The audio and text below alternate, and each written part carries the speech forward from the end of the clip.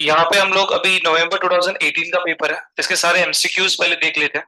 आप मुझे एमसीक्यू के आंसर बताना कि क्या है, फिर हम लोग क्रॉस चेक करते हैं सही है क्या गलत है। ओके, सो लिखा है choose the following correct option and rewrite the statement. Only option लिखना नहीं है, स्टेटमेंट वापस लिखना है। So income tax act is extend to is applicable to where is applicable whole in India, whole in Maharashtra के India Pakistan। देख के पता चल रहा है ये सन। Okay, whole in India, very good।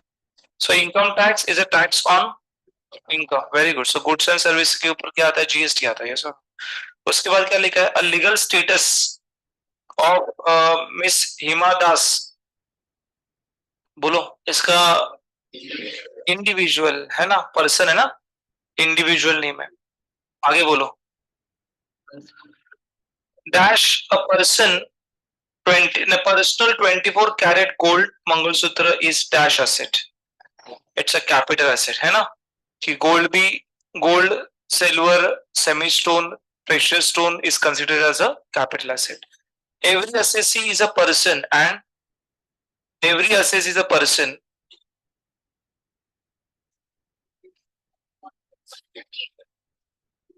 है ना।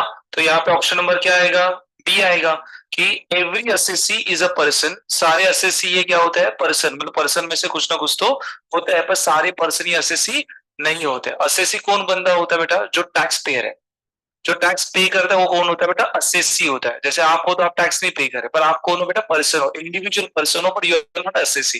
पर आपके पेरेंट इज अ पर्सन और असेसी भी है। अरे क्लियर, असेसी मतलब ऐसा बंदा जो टैक्स पे करता है। उसके बाद बोलो, total income of the person determine on the basis of residential status के ऊपर डिसाइड होता है, यस और नो। उसके बाद in case of the capital asset acquired on 1st April 1971, पता है ना, 1st April 2001 इंपॉर्टेंट डेट है। सो 1971 में आपने कोई भी कैपिटल एसेट को परचेस किया है, और उसका फिर वैल्यू कैसे निकालने का, तो फेयर मार्केट वैल्यू कौन से डेट का लेना है, तो fair market value of capital asset determine as on 1st April 2001, yes और नो, राइट। उसके बाद उसके बाद नेक्स्ट पॉइंट क्या है, the share of profit received by the partner into partnership firm. Share of profit received by partners into partnership firm क्या आएगा बेटा, फुल्ली एग्जिम्ड। कौन से सेक्शन के अंदर, याद है ना हमने देखा था exempt income, section 10 subsection 1 it's agriculture income, याद है ना। Section 10 subsection 2 share of profit from the HUF, then share of profit from partnership firm, और याद है ना, वो वाला पार्ट है ये। तो वो कहते हैं, ये नहीं किया, 9 वाला कर रहा हूँ, share of profit from partnership firm, ये क्या बेटा, फुल्ली एग्जिम्ड है। ये क्या है, फुल्ली एग्जिम्ड है। तो लिखा है deduction under section 80D medical insurance premium है ना, ये किसको मिलता है बेटा, is allowed to individual and HUF. Okay, individual HUF ये दोनों को मिल जाएगा। इंडिविजुअल देखो 80C भी है ना, ये किसको मिलता है, individual and HUF. 80CCC, 80CCD ये कौन क्लेम कर सकता है, इंडिविजुअल एंड एचयूएफ। 80D भी क्लेम करेगा, individual and HUF. 80DD, 80U ये कौन करेगा, ओनली इंडिविजुअल। याद रखना क्या बोला मैंने, 80C, 80CCC, 80CCD, इसका रिडक्शन कौन ले सकता है बेटा, individual HUF both, right. 80E, 80U और आपका 80DD जो डिपेंडेंट हैंडीकैप, असेसी हैंडीकैप और इंटरेस्ट ऑन एजुकेशन लोन, ये कौन ले सकता है, इंडिविजुअल। फिर क्या लिखा है, अनकम्यूटेड पेंशन क्या है बेटा, टैक्सेबल है, याद है ना। कम्यूटेड पेंशन में पेंशन दो टाइप के होते हैं, कौन से, commuted pension and uncommuted pension. Commuted pension का मतलब क्या होता है बेटा, लमसम पेंशन। जो लमसम पेंशन होता है उसको हम लोग कहते हैं कम्यूटेड, और जो पीरियोडिक पेंशन होता है उसको क्या कहते हैं, अनकम्यूटेड। कौन सा पेंशन फुली टैक्सेबल है, अनकम्यूटेड पेंशन फुली टैक्सेबल। और कम्यूटेड पेंशन के लिए लिमिट है, वो डिपेंड करेगा ग्रेजुएटी के ऊपर। If gratuity received then 1/3, gratuity not received then 1/2। अभी यहाँ पे क्या बोल लिखा है, यहाँ पे अनकम्यूटेड पेंशन लिखा है, मतलब पीरियोडिक पेंशन। पीरियोडिक पेंशन क्या हो जाएगा, फुल्ली टैक्सेबल हो जाएगा, यस और नो। आगे क्या है, the deduction under section 80E is allowed payment of interest on loan. देखो 80E का कोई लिमिट है क्या रे, नहीं ना, जितना आप इंटरेस्ट पेड करोगे उतना आपको डिडक्शन मिल जाएगा। तो मेरा ऑप्शन क्या रहेगा बेटा, any amount, there is no any limit. अरे यस और नो। आगे क्या लिखा है, award received from the government is is fully exempt, है ना। Award received against public interest, है ना, मैंने बोला पब्लिक इंटरेस्ट के में आपने कोई काम किया तो अवार्ड रिवॉर्ड जो मिलेगा टोटली एग्जिम फ्रॉम टैक्स है। आप एग्जाम्पशन की लिस्ट देखोगे ना, वो सेक्शन 10 सबसेक्शन 1 सेक्शन 10 सब 2 उसके अंदर ही। ओके, सेक्शन 10 सबसेक्शन 17 ए के अंदर आपको क्या मिलता है, एग्जाम्पशन मिल जाता है। यहां तक सब लोग हो मेरे साथ। नंबर 1 क्या लिखा है, state whether the true and false, आपको ट्रू एंड फॉल्स बताना है, तुक्का नहीं मारना है sir. So ex gratia received from the employer is a taxable as a salary. So obviously any amount received from the employer is a taxable under the head of salary, है ना, तो ये क्या होगा बेटा, taxable होगा। When the property is occupied by owner himself, property occupied by owner himself, okay, खुद के लिए यूज कर रहा है, it is called as, and that property is called a let out property. False, very good। क्या लिखा, expenses on local festival Navratri puja is allowed as a business expenditure. False, is not business expenses। Previous year can be more than 12 months।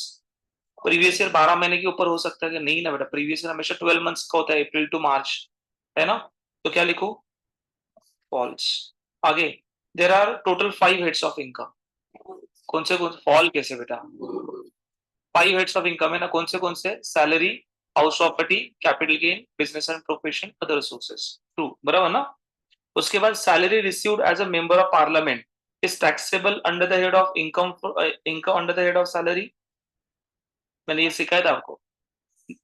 Member of parliament जो है, member of parliament MP MLA जो होते हैं, उनको जो salary मिलता है parliament से, वो इनकम फ्रॉम सैलरी में टैक्सेबल होता है क्या, तो नहीं ना, वो तो कॉन्ट्रैक्टर होते हैं बेटा।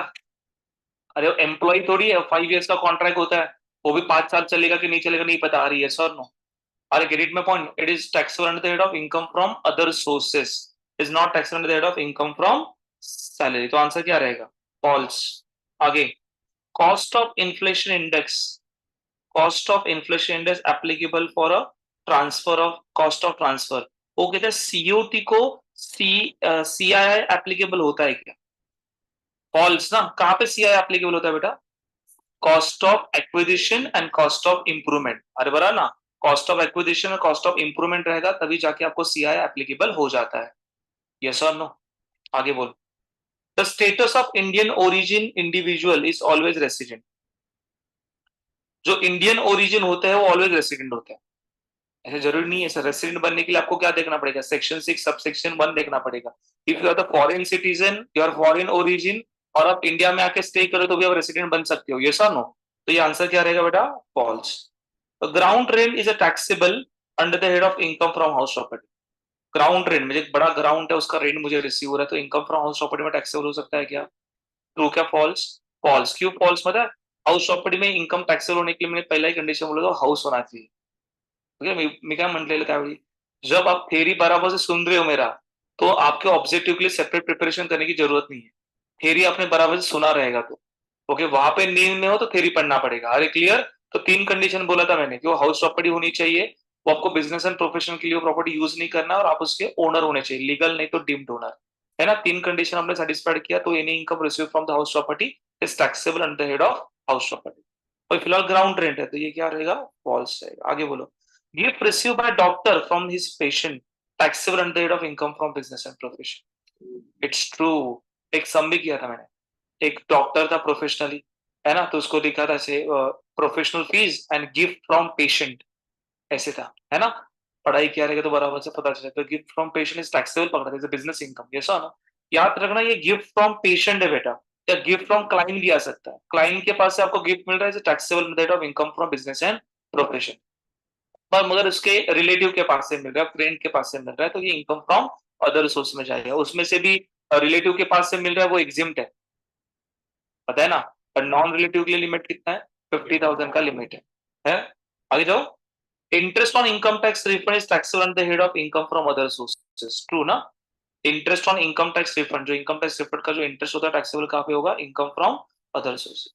Any sum received under the key man insurance policy is taxable, तो any amount receive the key man insurance policy taxable, तो आंसर रहेगा टू। अभी की मैन इंश्योरेंस पॉलिसी होता क्या है, सो की मैन की मतलब क्या, कॉमर्स में की का मतलब क्या होता है, चाबी नहीं, ओके, यहाँ पे की का मतलब होता है इंपॉर्टेंट, की का मतलब क्या होता है इंपॉर्टेंट। ओके, तो की मैन मतलब बिजनेस में से सबसे इंपॉर्टेंट पर्सन, की मैन। अरे क्लियर? अरे कभी कभी कंपनी का सीईओ ये की मैन हो सकता है, कंपनी का डायरेक्टर ये की मैन हो सकते हैं। अरे गेटिंग माय पॉइंट? तो वेरी इंपॉर्टेंट पर्सन। तो कंपनी क्या करता है, कभी कभी ऐसे भी हो सकता है कि ये बंदा बिजनेस से चला गया तो बिजनेस को बहुत बड़ा नुकसान भी हो सकता है। ओके, तो कंपनी जो होती है नॉर्मली इस बंदे की का अलग से इंश्योरेंस निकालती है, उस इंश्योरेंस का नाम होता है की मैन इंश्योरेंस। अरे समझ में आ रहा है? तो क्या जो बिजनेस के सबसे इंपॉर्टेंट पर्सन है उसका जो इंश्योरेंस निकालते हैं उसको की मैन इंश्योरेंस कहा जाता है। और की मैन इंश्योरेंस आप जब निकालते हो उससे मिलने वाला जो इनकम है वो क्या है बेटा, फुल्ली टैक्सेबल। ओके, पर एग्जाम में ऐसे आता, life insurance amount is received, L I C received, तो मैं एग्जाम्पल था सेक्शन 10 सबसेक्शन 10 डी, वो receipt of L I C है ना, वो हमने पढ़ा है लिस्ट में देखो। नहीं है तो देखो, इनकम फ्रॉम अदर सोर्सेज पढ़ना। तो एक एक पेज का शीट है वो, only income exempt from tax, income exempt from tax.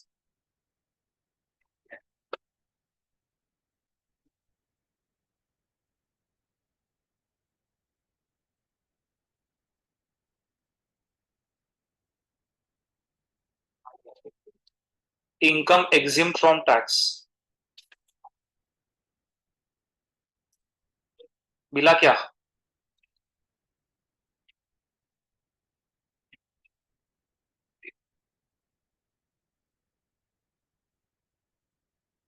मिला आपको? So L I C maturity है देखो वहां पे, if L I C maturity रहेगा तो क्या होगा, फुल्ली टैक्सेबल एग्जिम्ड होगा। एल आई सी है ये भी इंश्योरेंस का ही पैसा है पर कीमैन का है, इसलिए फुल्ली टैक्सेबल है। Done. Okay, so next head के पास जाता हूं मैं। अब देखो ये क्वेश्चन है, मैं सॉल्व करने वाला नहीं हूँ। ओके, पर आंसर हम लोग डिस्कस करेंगे, कैलसी हाथ में चाहिए, पेंसिल जो भी रहेगा, रफ वर्किंग जो होगा वो हम लोग सारे करेंगे, आंसर को चेक कर। क्वेश्चन नंबर 2 देखना। Mister Abhijit who is a physical disabled है, तो पढ़ के ही समझ में आना चाहिए फिजिकल डिसेबल्ड है बेटा। तो फिजिकल डिसेबल्ड है तो बंदा क्या है बेटा, फिजिकल डिसेबल्ड है तो कौन सा सेक्शन यहाँ पे एप्लीकेबल होगा, 80 यू। ये कौन है बेटा, 80 हैंडीकैप्ट है। कौन है बेटा, 80 हैंडीकैप्ट है। ओके, तो ये 80 यू आएगा। आप मुझे बताओ, इसके बाद ये पीडीएफ में शेयर करता हूँ ग्रुप में आपके, राइट? आपको चाहिए तो प्रिंट आउट ले लेना या उससे पढ़ना तो उस जैसे है वैसे पढ़ो। तो ये 55% डिसेबिलिटी है तो कौन सा सेक्शन आएगा, 80 यू आएगा। अभी 55% डिसेबिलिटी है तो मैक्सिमम रिडक्शन कितना मिलेगा बेटा, कितना? तो 75,000 का डिडक्शन मिल जाएगा। सब लोग मेरे साथ हो? Work in a private company, तो यहाँ पे प्राइवेट कंपनी है तो ये कौन सा एम्प्लॉय होता है, नॉन गवर्नमेंट एम्प्लॉय है। यहाँ से ही पता चल रहा है आगे। He has provide the following particular of his income for previous year ended 31 March 2024। Basic salary 40,000 per month है। और ये वायलिन सर्विस वाला है, आपको पढ़ के यहाँ पे पता चला कि क्या रिटायर्ड हो रहा है बंदा? नहीं, तो ये वायलिन सर्विस वाला है। तो 40,000 मल्टीप्लाई बाय क्या करेंगे, 12 करेंगे। अरे ऐसा नो, तो 40,000 मल्टीप्लाई बाय 12 तो ये कितना आएगा, 4,80,000 आएगा। आगे बोलो। डीएनएस अराउंड से 16,000 पर मंथ है, तो 16,000 multiply by 12 is how much? तो 16,000 मल्टीप्लाई बाय 12 इज 1,92,000। ओके, आगे वो कहते हैं एचआरए 10,000 पर मंथ है और उसमें से 6,000 पर मंथ क्या बेटा, एग्जिम पे। तो आप कैसे लिखोगे, 10,000 per month multiply by 12 is 1,20,000, inner column में लिखोगे, बराबर ना रे? ओके, और उन्होंने एग्जाम्पशन दिया है। ओके, दिमाग लगाने की जरूरत ही नहीं है, एग्जाम्पशन निकाल के दिया उन्होंने। क्या करना है, 6,000 मल्टीप्लाई बाय 12 तो 72,000 आएगा। तो 1,20,000 माइनस 72 इज हाउ मच? तो टैक्सेबल अमाउंट कितना होगा, 48,000। आगे क्या बोलो, वो कहते हैं टूर अलाउंसेस कितना, 50,000। टूर अलाउंस में एक कंपनी का टूर था, तो कंपनी के टूर के लिए उसको गया था तो 50,000 रुपया कंपनी ने उसको अलाउंस से दे दिया। और उससे खर्चा कितना किया, तो मुझे बताओ, उसको मिला कंपनी से 50 ना, तो खर्चा कितना किया, 38। तो टैक्सेबल अमाउंट कितना हो जाएगा, तो एक्स्ट्रा उसने दिया नहीं कंपनी को वापस रिटर्न। अरे यस और नो? तो 50,000 में से 38,000 माइनस करोगे तो 12,000 क्या हो जाएगा, टैक्सेबल हो जाएगा। He was provided accommodation by his employer, the per visit value of which was 35,000। ये टैक्सेबल अकोमोडेशन है, पर अकोमोडेशन भी फुल्ली टैक्सेबल होता है, तो 35,000 क्या हो जाएगा, फुल्ली टैक्सेबल हो जाएगा। बोनस डिक्लेयर्ड है, तो मैं अंडरलाइन कर रहा हूँ डिक्लेयर्ड। डिक्लेयर्ड मतलब रिसीव नहीं हुआ है। बोनस जब रिसीव होगा तब टैक्सेबल है, डिक्लेयर होगा तो टैक्सेबल नहीं है, तो ये टैक्सेबल नहीं है, क्रॉस है। प्रोफेशन टैक्स अंडर सेक्शन 16 के अंदर मिलेगा। अरे ऐसा नो, एम्प्लॉय ये कौन सा कॉन्ट्रीब्यूशन है? Employ contribution to provident fund. तो देखो ये एम्प्लॉयर कॉन्ट्रीब्यूशन नहीं है, एम्प्लॉयर कॉन्ट्रीब्यूशन होता तो इनकम फ्रॉम सैलरी होता। ये एम्प्लॉय कॉन्ट्रीब्यूशन पीएफ है, तो कौन से सेक्शन के अंदर जाएगा? एटीसी 48,000। तो यहां तक आप देखोगे तो आपको मिलेगा इनकम फ्रॉम सैलरी। इसके आगे वाला इनकम फ्रॉम अदर सोर्सेस है। चलो चेक करते हैं। तो ये सोल्यूशन है हमारा। तो 40,000 मल्टीप्लाई बाय 2, 4,80,000। सही आपने कैलकुलेट किया। उसके बाद ये 1,92,000। उसके बाद 1,20,000 माइनस 72 बराबर इस 48,000। उसके बाद आपका ये 5,000 माइनस 38, 12,000 इज टैक्सेबल अमाउंट बराबर। उसके बाद पर विजिट 35, बोनस डिक्लेयर्ड है इसलिए नॉन टैक्सेबल है। ओके, स्टैंडर्ड डिडक्शन 50,000 मिल गया, वो तो सबको मिलता है ना। और प्रोफेशन टैक्स पेड कितना किया इसने? 2,500 डिडक्शन मिला, 2,552 500। आउटर कॉलम आ गया 7,14,500। समझेगा? बघा सॉल्व करना केलं ना तर कमी सम सॉल्व होती, असं केलं तर मॅक्झिमम सम डिस्कस होतील। अरे क्लियर आ रहा है ना, क्लियरिटी आपको? ओके। अभी दूसरा कौन सा सेक्शन है? Income from other sources. अभी इनकम फ्रॉम अदर सोर्स में देखना, interest on fix deposit fully taxable बेटा, कोई एग्जम्पशन नहीं। Interest on fix deposit of post office, तो पोस्ट ऑफिस के पास से है तो कितना अमाउंट है पोस्ट ऑफिस के पास से? कितना रिसीव हो रहा है? 10,000, फुल्ली टैक्सेबल। देखो ये पोस्ट ऑफिस वाला एग्जाम्पशन है, पर कौन सा? Interest on saving bank, section 10 subsection 15, 3,500 का एग्जाम्पशन बोला है मैंने। वो फिक्स डिपॉजिट नहीं है, interest on post office saving bank ऐसे लिखा है वहां पे, वही लिस्ट ही रखना सामने। अपडेट किया रहेगा आपने, वहां पे लिखा रहेगा वो सेविंग बैंक है 3,500 वाला। ये क्या बेटा? ये एफडी है। एफडी अलग होता है, सेविंग बैंक अलग होता है, ये नो। ये फुल्ली टैक्सेबल है। Dividend from cooperative society fully taxable है। उसके बाद लिखा है gift from his sister. Sister मतलब रिलेटिव या नॉन रिलेटिव? तो रिलेटिव तो क्या हो जाएगा? पूरा एग्जिम्ट हो जाएगा ना बेटा। अरे ऐसा नो, अभी ऐसे देखा जाए तो ये income from other source 44, 10,000, 6,500। Okay, 44, 10,000, 6,500 ये एग्जाम्पशन दे दिया, टोटल आ गया 60,500। सोलो मेरे साथ हो यहाँ तक। उसके बाद टोटल मार दिया, जीटीए आ गया 7,75,000। डिडक्शन देखो यहाँ पे लिखा है he paid 32,000 life insurance premium etc. अभी एटीसी में दो है, एक तो ये लाइफ इंश्योरेंस 32,000 और ये employ contribution to provident fund, तो 32 एंड 48 एटीसी बराबर ना। और 48 एंड 32 का टोटल कितना आ रहा है? It is 80,000। Is with in 1,50,000 है ना बेटा। 1,50,000 का लिमिट है बेटा इसका। इसका लिमिट जो है एटीसी का कितना है? 1,50,000 का लिमिट है। आपने 80,000 इन्वेस्टमेंट किया तो पूरा मिलेगा। और ये 80 यू असेसी डिसेबल्ड है 70,000, ये नो। तो ये टोटल आ गया 1,50,000 पे, टैक्सेबल इनकम आ गया 6,20,000। चलो मेरे साथ हो। अरे समझ में आ रहा है? ओके चलो आगे बढ़ते हैं।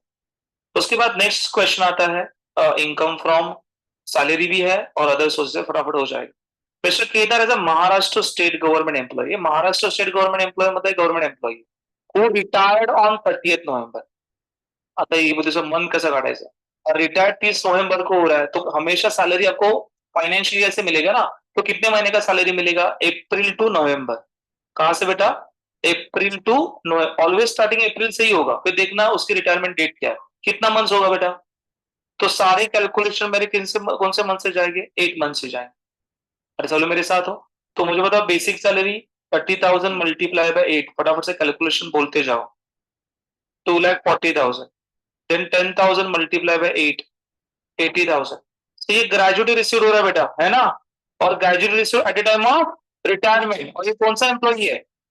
तो क्या हो जाएगा? Fully EXIM. वेरी गुड, तो ये हो जाएगा fully exempt, no tax. 3 lakh minus working note ही नहीं बनेगा। अरे ऐसा नो, ऐसे समय तो खुश होने का। फुल्ली एग्जिम है, कैलकुलेशन कुछ नहीं है। देन क्या है? कम्यूटेड पेंशन मतलब कौन सा पेंशन बेटा? Lump sum pension. अभी लमसम पेंशन गवर्नमेंट एम्प्लॉय क्या हो जाएगा? Fully EXIM. अरे ऐसा नो, तो कोई कैलकुलेशन नहीं है सर। पेंशन रिसीव, अभी पेंशन कहां से मिलेगा? अभी नवंबर को रिटायर्ड हो रहा है बेटा, तो पेंशन कहां से चालू हुआ? दिसंबर से। काउंट कर, दिसंबर, जनवरी, फरवरी, मार्च, कितने महीने का पेंशन है? तो ये पीरियोडिक पेंशन है ना बेटा। और periodic pension it's a fully taxable, कितना होगा रे? 32,000। प्रोफेशन टैक्स कट किया है तो अंडर सेक्शन 16 में मिलेगा आपको, यस और नो? तो 200 पर मंथ मल्टीप्लाई बाय क्या करना बेटा, 8 ना। 8 महीना जॉब कर रहा था तो 8 महीने का प्रोफेशन टैक्स पे करेगा 1,600। और लिखा है employ contribution to provident fund 5,000 per month, तो ये 5,000 मल्टीप्लाई बाय 8 करना। 5,000 मल्टीप्लाई बाय 8 कितना इस 40,000, और ये 40,000 प्रोविडेंट फंड में कंट्रीब्यूशन करा मतलब एटीसी। देखो यहां तक तो मेरा सैलरी खत्म हो गया। आंसर चेक करते हैं फटाफट से। तो ऐसे देखा जाए तो ये आंसर है। तो आपका income from salary it is 2,40,000, it's 2,40,000 सही है। उसके बाद 80,000 आपका डीएनएस अलाउंसेस सही है। उसके बाद ये एग्जाम्शन, हेलो, ये भी सही है। उसके बाद आपका ये हो गया। उसके बाद 32,000 आपका कवर्ड पेंशन, ये भी सही है। अरे क्लियर। तो टोटल सैलरी आ गया, ग्रॉस सैलरी उसमें से ये क्या है, प्राइवेट कंपनी में काम कर रहा है, नीचे है देखो ये वाला, और लिखा है सैलरी फ्रॉम प्राइवेट कंपनी कितना 25,000 पर मंथ। रिटायर्ड कभी हुआ बेटा? नवंबर को रिटायर्ड हुआ ना। तो कितना आएगा 25,000 मल्टीप्लाई बाय, इथे लिहिलंय पण आहे 4 ना वाचा ना पुढे। There after he join the private company on 1 January. तो मुझे बताओ जनवरी से लेके मार्च तक मतलब 3 महीना आएगा, तो मल्टीप्लाई बाय 3 करना। और एडेड में अलाउंसेस कितना 2,200 मल्टीप्लाई बाय 3 करना, 6,600। तो आ रहा है ये 75,000 एंड 6,600। सोलो मेरे साथ हो? अरे जाएंगे आगे। तो 75 ये आ गया 81,600 ग्रॉस सैलरी आ गया। अरे क्लियर।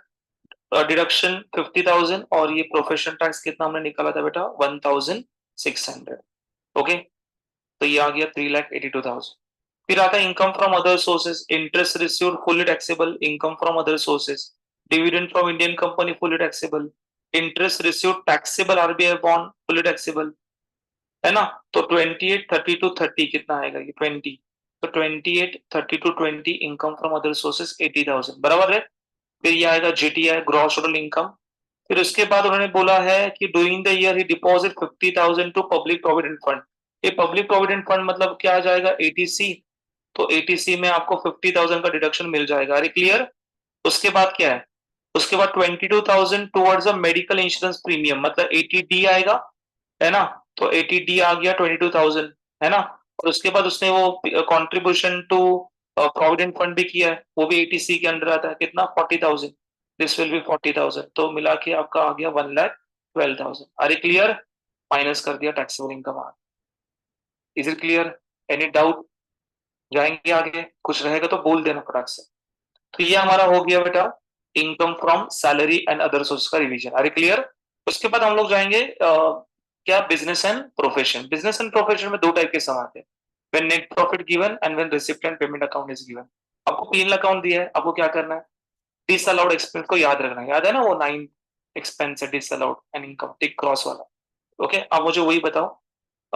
देखो डेटा दिया, printing and stationery tick, general expense tick, interest on capital cross, GST penalty बेटा cross, income tax cross, office rent tick, depreciation फिलहाल टिक, एडजस्टमेंट में रहेगा तो क्रॉस होगा। Salary tick, advertising tick, net profit tick, cross profit tick, income tax refund cross, interest on saving bank cross. Taxable कहाँ पे होगा, income from other. पर आपको पता है इंटरेस्ट ऑन सेविंग बैंक का आपको रिडक्शन भी मिलता है, कौन से सेक्शन के अंदर, 80 टीटीए। कौन सा सेक्शन 80। पर एक हेड करते समय एक हेड के बारे में ही सोचना। फिलहाल मैं बता रहा हूँ, पहले वो डिसअलाउड हो जाएगा, अदर सोर्स में लिखेंगे और आपको 80 टीटीए में भी डिडक्शन मिलेगा। देखो अकाउंट जैसा मत सोचो, एक डेबिट एक क्रेडिट एक प्लस एक माइनस ऐसे मत सोचना, राइट। ऐसे सोचोगे तो कंफ्यूजन होना शुरुआत हो जाए। एक हेड एक ही बार सोचना है कि बिजनेस कर रहे हैं बिजनेस, अदर सोर्स तो अदर सोर्स, डिडक्शन तो डिडक्शन। अरे क्लियर। और जब डिडक्शन करोगे तो ऐसे मत सोचना वहां पे हमने डिसअलाउड किया फिर वहां पे ऐड किया, वो ऐसे मत सोचना। अरे क्लियर। एक हेड करते समय एक हेड के बारे में ही आपको सोचना है। अमाउंट रिसीव्ड फ्रॉम एलआईसी ये भी क्रॉस होगा, इनकम फ्रॉम अदर सोर्सेज पर ये पूरा एग्जिम्ड हो जाएगा बेटा। एलआईसी मैच्योरिटी दिखा ना, section 10 subsection 10D। Salary include 55,000 for medical treatment of dependent brother. एक डिपेंडेंट ब्रदर है, उसका मेडिकल ट्रीटमेंट है, और वो क्या है, फिजिकली डिसेबल्ड है। कौन सा सेक्शन बेटा, 80DD। और कितना मिलेगा 1,25,000, 80% के ऊपर है, इररिस्पेक्टिव ऑफ एक्सपेंडिचर। और ये किस में इंक्लूड है बेटा? सैलरी में इंक्लूड है। तो सैलरी का अमाउंट कितना बेटा? ये सैलरी का अमाउंट 1,20,000 है। तो 1,20,000 55,500 अलग से निकालना। तो 1,20,000 minus 55,500 it is 64,500। So 55,500 is allowed, sorry this allowed, 64,500 क्या हो जाएगा? अलाउड हो जाएगा। सोलो मेरे साथ हो, यहाँ तक जाएंगे आगे? चलो अभी मुझे बताओ सर, कौन से आपके क्रॉस वाले आइटम है? इंटरेस्ट ऑन कैपिटल है। Okay, so interest on capital कितना है? 55। तो पहले मैं क्या लिखूंगा? Net profit as per profit and loss account 5,55,999, वो जो है वो शुरुआत में रहेगा। अरे ऐसा ना, क्लियर? उसके बाद हम लोग को क्रॉस वाला आइटम देखना, एक मिला 55 कैलसी के वो लेना। फिर उसके बाद जीएसटी पेनल्टी 23, सो 55 23। उसके बाद है इनकम टैक्स हो गया, इनकम टैक्स नहीं लिया, 49 भी है ना, इनकम टैक्स 49। उसके बाद सैलरी कितना? 55,500, टोटल आ गया ये। सही है। फिर क्या करना है? ऐड बैक करना है, ऐड कर दिया। फिर आपके पीएनएल के क्रॉस वाला आइटम देखना, क्रॉस वाला आइटम कितना है? 1 2 3, 8,000 5,000 50,000, 8,000 5,000 50,000 63,000। अरे क्लियर? अरे यस और no? Okay sir, depreciation as per the income tax rule दिया नहीं है। अरे वही है ना, टिक किया ना यहाँ पे हमने, वही अलाउड है, वही है, इसलिए कुछ करने की जरूरत नहीं था। तो हम लोग इसके आगे फिर आ जाता था और एक point, less depreciation as per the income tax rule, वो नहीं है इसलिए उन्हें डायरेक्टली निकाला। अरे क्लियर? ये आ गया आपका income from business and, is very simple to solve income from business and profession. Clear? उसके बाद क्या आएगा? Income from other sources. अभी अदर सोर्स में देखो क्या आएगा बेटा? इंटरेस्ट ऑन सेविंग बैंक है 5,000, यस फुली टैक्सेबल सर, कोई इसके ऊपर एग्जाम्पशन नहीं। उसके बाद amount receive from L I C 50,000 है, yes amount receive from L I C 50,000 inner call में लिख दिया, बिकॉज इसके ऊपर क्या बेटा? एग्जाम्पशन, ये डैश आ गया। तो आपका टैक्स, और हमेशा याद रखना आपको इनकम फ्रॉम अदर सोर्सेज जो है वो पीएनएल अकाउंट के क्रेडिट साइड में ही मिलेगा। अरे समझ में आ रहा है? चलो उसके बाद डिडक्शन आप देखोगे, ये टोटल आ गया अदर सोर्सेज 5,000, जीटी आ गया 6,80,000। डिडक्शन बताओ, फिजिकल हैंडीकैप्ट है 80 डीडी, आपने 1,25,000 कहा है ना। उसके बाद सेविंग बैंक इंटरेस्ट कितना सर? 5,000। उसका लिमिट क्या है पता है क्या आपको? 80 टीडीए का लिमिट क्या है? तो लिमिट 10,000 है, 10,000 और saving bank interest whichever is lower. तो यहाँ पे सेविंग बैंक इंटरेस्ट 5,000 है, 10,000 and 5,000 which is lower is 5,000, 1,30,000 answer आ गया। डन। उसके बाद आपको देखना अगेन बिजनेस एंड प्रोफेशन वाला सम है, पर ये बिजनेस एंड प्रोफेशन वाला रिसिप्ट एंड पेमेंट वाला सम। ये क्या दिया आपको? रिसिप्ट है, और ये क्या है? पेमेंट है। दो टाइप के क्वेश्चन सिखाए थे मैंने आपको, एक रिसिप्ट एंड पेमेंट। जब रिसिप्ट एंड पेमेंट रहेगा तो मैंने बोला था यहाँ पे क्या लिख देना? इनकम लिख देना, और यहाँ पे क्या लिख देना? एक्सपेंसेस। रिसिप्ट साइड में इनकम मिलेगा, पेमेंट साइड में एक्सपेंस मिलेगा। पर यहाँ पे कौन सा आइटम लेना है? टिक वाला आइटम। जब पीएनएल वाला होता है ना, तो कौन सा आइटम लोगे बेटा? क्रॉस वाला आइटम, याद है ना? राइट। तो मुझे बताओ, ये ओपनिंग, पहले ओपनिंग क्लोजिंग कट कर देने का। अरे क्लियर? चलो, फीस फ्रॉम क्लाइंट, यस, ये प्रोफेशनल कौन है बेटा? एडवोकेट है, तो ठीक। फीस फॉर क्या लिखा है? Fighting Indian case of international court, ठीक। क्या 1 रुपया मिला है क्या उसको? 1 रुपया, ठीक है। इनकम फ्रॉम, नहीं क्यों नहीं मिल सकता? मिल सकता। याद रखना ये ऐसे क्यों होता है, समझो कोई सोशल कॉज के लिए फाइट कर रहे हो आप, सोशल कॉज के लिए फाइट करो तो अकाउंट में एंट्री कैसे दिखाएंगे? तो 1 rupee is a nominal amount to record, तो अकाउंटिंग एंट्री में आ जाता है 1 रुपया आ गया। देखो नॉर्मल ट्रांजेक्शन बुक्स में रिकॉर्ड नहीं होता। अब भले सोशल कॉस्ट के लिए कर रहे हो, उससे मिलने वाला रेवेन्यू जीरो है, तो पब्लिक को दिखाई नहीं देता, एटलीस्ट एक से इंडिकेट तो होता है। ओके, ठीक है। हम लोग को क्या करना है? हम लोग को क्या आंसर चाहिए? Income from attaining the court hearing, ठीक ना। गिफ्ट फ्रॉम क्लाइंट, ठीक बेटा, ठीक है बेटा, gift from client. Dividend from foreign company cross, पर ये इनकम कहां पे जाएगा? Income from other source. Rain from open plot of land, ये इनकम बिजनेस इनकम नहीं, पर कहां पे चार्ज होगा? Rain from open plot of land, other source. गलती से भी हाउस प्रॉपर्टी मत डालना, ओपन प्लॉट है ये। अरे क्लियर? तो हाउस प्रॉपर्टी होना चाहिए, ये ओपन प्लॉट है। ऑफिस सैलरी ठीक, स्टाम्प पेपर कोर्ट फीस ठीक, सैलरी टू स्टाफ ठीक, ऑफिस रेंट ठीक, कन्वेंस ठीक, ड्राइंग क्रॉस पर्सनल, ठीक है। Drawing include 99,000 towards a pension fund of, उन्होंने सेक्शन नंबर भी लिख के दिया सर आपको। 80 ट्रिपल सी एल आई सी 92,000, और मेडिकल ट्रीटमेंट ये अलग है, ये आपका 80 ट्रिपल सी में जाएगा ना, 99। ये पूरा मिल जाएगा। 92,000 medical treatment of his son who is physical disabled, 51% disability है, तो 80 DD डिपेंडेंट हैंडीकैप कितना मिलेगा? 75,000। चलो हम लोग आंसर चेक करते हैं। हम लोग क्या करेंगे, पहले टैक्सेबल लिखेंगे टिक वाले आइटम, 25 लाख 1, 7 लाख 5,55,555, तो 25 लाख 1, 7 लाख एंड 5,55,555, 1 2 3 4 4 आइटम। अरे क्लियर आ रहा है? सेम एक्सपेंस में देखा जाए तो कितना आएगा? 8 lakh 3 lakh, it is 8 lakh 3 lakh, next is 15 lakh 4 lakh, it is 15 lakh 4 lakh and next is 1 lakh, ये 1 लाख। अरे क्लियर? तो यहाँ पे हमने रिसिप्ट साइड में टिक वाले आइटम ले लिए, पेमेंट साइड में हमने टिक वाले आइटम ले लिए, तो इसमें से माइनस कर दिया, आपका आ गया income from business and profession. इससे भी हमने हेवी वाला क्वेश्चन बुक में किया, depreciation calculation. Yes sir. Next income from other source में क्या जाएगा? Dividend from foreign company 10,000, it's a fully taxable. उसके बाद है rain from open plot of land, it is 12,000, या 22। उसके बाद वो क्या निकाल रही है? 99,000 80CCC LIC पेंशन प्लान, तो 80CCC LIC पेंशन प्लान। उसके बाद ये डिसेबल्ड है 80DD 75,000, 80DD डिपेंडेंट 75,000। बोले मेरे साथ हो? पक्का जाएंगे आगे? ओके, क्वेश्चन नंबर 4 देखना। अब ये क्वेश्चन नंबर 4 कौन सा है बेटा? स्कोप ऑफ टोटल इनकम है। क्या बेटा याद है ना? टिक टिक टिक वाला, अब याद है कि नहीं? किया है ना? क्या बेटा? Income income accrue arise received in India, या income deem to be accrue received in India, क्या होगा? Taxable taxable tax. Income accrue arise received outside India on control and setup in India, taxable taxable non taxable. Income accrue arise received outside India, तो क्या होगा? Taxable non taxable non. Past untaxed profit brought in India, non taxable non taxable non taxable. याद है ना? Okay, तो चलो फटाफट से देख लेते हैं। आप मुझे टिक टिक क्रॉस सब बता देना। देखो तीनों भी है, resident audit resident, resident but non audit resident, और कौन सा बेटा? NRI। तो आप कितना कॉलम बनाओगे? 3 कॉलम बनाओगे, राइट। अगर 15 से मार्क्स के लिए आ रहा है, 10 मार्क्स के लिए आ रहा है, तो छोड़ने का नहीं, अभी डिपेंड है। ओके 75 मार्क्स का रहेगा तो 7-8 मार्क्स के लिए आएगा। इफ 20 मार्क्स आपका 100 मार्क्स का पेपर है तो 15 और 20 मार्क्स के लिए आएगा, डिपेंड। यहाँ देखना, मार्क्स के मत ऊपर मत देखो, कॉन्सेप्ट पर फोकस कर। सो एक है income from business in Delhi, खत्म। दिल्ली बोला बेटा, खत्म ना बेटा, इंडिया आ गया। इनकम अक्रूवल रिसीव्ड इंडिया क्या होगा? टिक टिक टिक, अरे यस और नो, राइट। फिर लिखा इंटरेस्ट ऑन डिबेंचर, खत्म, इंडियन कंपनी। आपको ढूंढना है वही, अरे क्लियर। तो क्या होगा? Taxable taxable taxable. Rent from property in plan received in Mumbai, खत्म, यस और no, taxable taxable taxable. India आ गया, खत्म, आपको डायरेक्ट टैक्सेबिलिटी तो आ गई। Okay, income accrue arise received in India, taxable taxable taxable. उसके बाद क्या? Interest on bank account in Dubai, अभी सोच ली, टी क्रॉस क्रॉस, यहाँ पे रिसीव तो नहीं है, कंट्रोल भी नहीं है।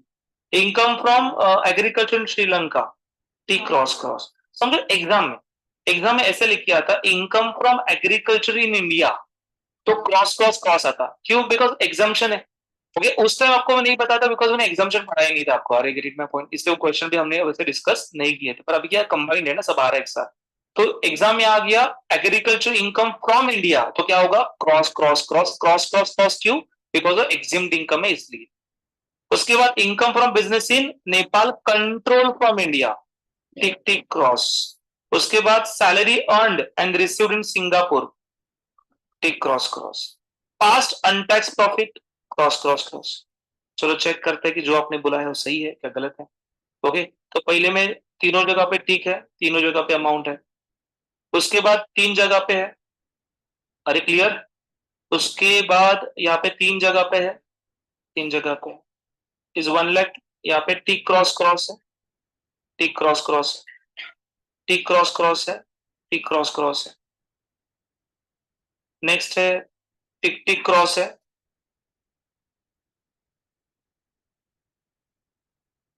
तो ये टिक टिक क्रॉस है। उसके बाद टिक क्रॉस क्रॉस है, तो टिक क्रॉस क्रॉस है, और लास्ट में सर क्रॉस क्रॉस क्रॉस। समझ में आ रहा है? तो ये आ गया RNOR, R but NOR and NRI। समझा? ओके,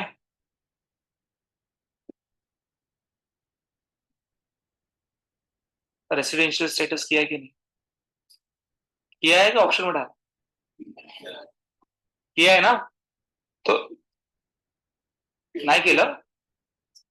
अरे क्या माणसं एक महिना घातलं तिकडे. पता है ना वो सेक्शन 6 सबसेक्शन 1 आपको कितना डेज देखना है बेटा, प्रेसिडेंट बनने के लिए 180 डेज देखना है. और दूसरा कंडीशन क्या है, 60 days and 365 days during the 4 previous year. Ordinary बनने के लिए at least 2 year resident out of 10 and 730 days 7 previous year. पता है ना. ओके. अभी ये सम जो है ये थोड़ा सा अलग तरीका सम है. यहाँ पे लिखा है मिस्टर प्रथम एज एन इंडियन सिटीजन. और इंडियन सिटीजन के लिए प्रोविजन क्या था, आपको एक्सेप्शन है वहां पे ओनली आपको चेक करना है बेटा रेसिडेंट बनने के लिए 182 डेज है ना. If Indian citizen went outside India for the purpose of employment as a member of crew and who is in outside India to visit to India, तो condition number 2 of section 6 subsection 1 is not applicable. तो आपको section 6 subsection 1 का एक ही condition applicable होगा resident बनने के लिए 182 डेज वाला. अरे क्लियर. प्रोफेशनली ये इसका बिजनेस है और अलग अलग उसने ट्रिप किया, अलग अलग विजिट उसने किया हुआ है. यहाँ पे लिखा है date of departure from India और date of arrival in India. तो ऐसे जब इंडियन सिटीजन वाला सम होगा तो पहले आपको हमेशा कैलकुलेट करते समय आपको कैलकुलेट करना है करंट प्रीवियस ईयर वाला. करंट प्रीवियस ईयर आपको चेक करना है. इसके लिए कैलकुलेशन मुझे करना पड़ेगा.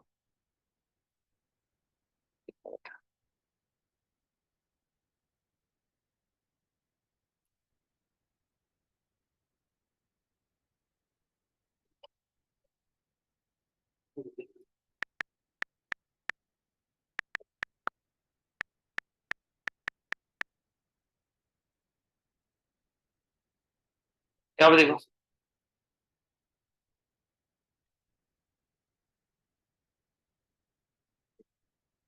आपका करंट आवाज नको बेटा. सो करंट ईयर कौन सा है, current previous year. So current previous year है 2023-24. करंट प्रीवियस ईयर है 2023-24. अप्रैल, मई, जून, जुलाई, अगस्त, सितंबर, अक्टूबर, नवंबर, दिसंबर, जनवरी, फरवरी एंड मार्च. अभी आप देखोगे यहाँ पे हम लोग यहाँ से कैलकुलेट करेंगे. सो पहले उन्होंने डेट लिखा है कि वो फ्रांस में जा रहा है बिजनेस के लिए. कभी जा रहा है बेटा, 10 अप्रैल 2023. तो 10 अप्रैल को जा रहा है ना, यहाँ पे बाहर जा रहा है. तो बाहर जा रहा है तो अप एरो दिखा रहा हूँ, बाहर जा रहा है. कभी बाहर जा रहा है, 10 अप्रैल को बाहर जा रहा है. वापस कभी आ रहा है बेटा, 1 जून को वापस आ रहा है. तो 1 जून को वापस आ रहा है. उसके बाद 15 मई को वापस डिपार्चर है. 15 मई 2020. 1 जून को कैसे आएगा वापस फिर. यहाँ पे वो 10 अप्रैल को बाहर जा रहा है और 28 अप्रैल को आ रहा है.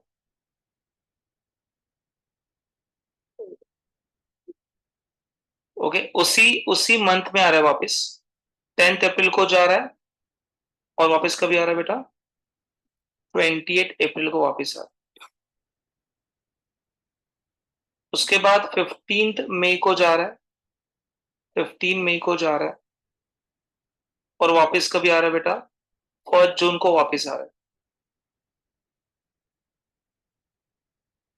उसके बाद 1 जून को वापस आ गया. फिर 28 जून को वापस जा रहा है.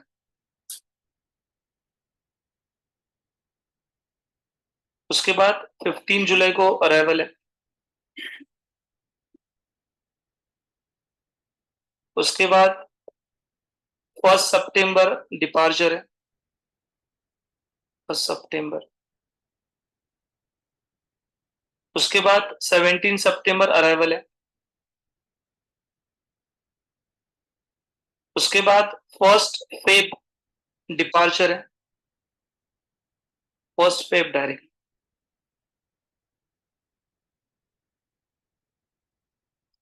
उसके बाद 22 फेब अराइवल है. चलो नंबर ऑफ डेज काउंट करना है. ओके.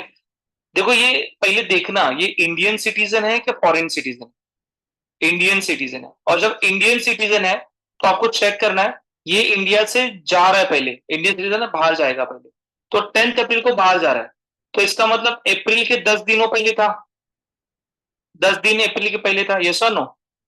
ओके, तो ये 10 डेज प्लस आ रहा है कभी बेटा, 20 अप्रैल को आ रहा है। अप्रैल में नंबर ऑफ डेज कितने होते हैं? 30। उसमें से 28 माइनस किया, +1 किया, मतलब कितना है? 3 आ गया। मतलब 28, 29, 30 ऐसे भी काउंट करो चलेगा। 28, 29, 30, तो कितना दिन इंडिया में था अप्रैल का? 13 दिन, बराबर। अभी देखो 15 मई को जा रहा है, मतलब 15 दिन था मई का। अरे सुनो, अभी 1 जून को आ रहा है बेटा और 28 जून को जा रहा है, तो 1 जून और 28 जून में 28 डेज आ रहा है। 15 जुलाई को इंडिया में आ गया, इनका एरो बेटा। तो जुलाई में नंबर ऑफ डेज कितने होते हैं? जुलाई में नंबर ऑफ डेज कितने होते हैं? तो कैसे होगा? 31 minus 15 plus 1 is how much? 17। ये समझा क्या? ये देखो, ये 28 जून को गया, फिर 15 जुलाई को आया। हम लोग जुलाई से काउंट करेंगे, जुलाई के पहले 15 दिन नहीं था वो। अरे समझता है? हाँ, पण कसं येणार म्हणजे 1 जूनला तो आला ना, 1 जून का डेट ले लिया मैंने, 28 जून को जा रहा है, तो 28 दिन का भी ले लिया, तो फर्स्ट तो 28 ना। समझ में आ रहा है? यहाँ पे 15 जुलाई को आ रहा है, मतलब पहले 15 दिन तो नहीं था। जुलाई में नंबर ऑफ डेज कितने होते हैं? 31 माइनस 15 प्लस 1, तो 70 डेज हो गया। अभी वो इंडिया में ही है बेटा, तो अगस्त का पूरा कितना दिन पकड़ू? 31। सितंबर में देख, 1 सितंबर को चला गया, 17 सितंबर को आया, तो कितना दिन होगा? सोचो, बराबर सोचना, इधर मिस्टेक करोगे आप।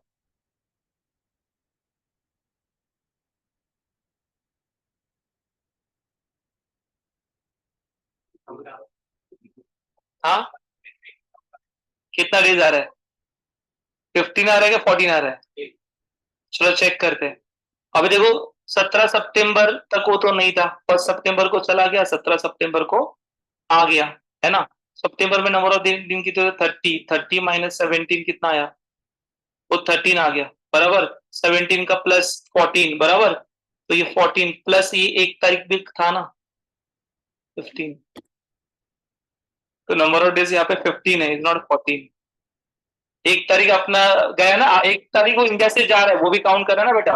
आपने क्या किया? 30 में से 17 को माइनस करके +1 कर दिया, समझा? मनो घाई नहीं करे। सितंबर के बाद अक्टूबर पूरा इंडिया में था, अक्टूबर में number of days 31, November 30, December 31, January 31। Feb का देखो, ये भी वैसे ही है। फेब का देखो,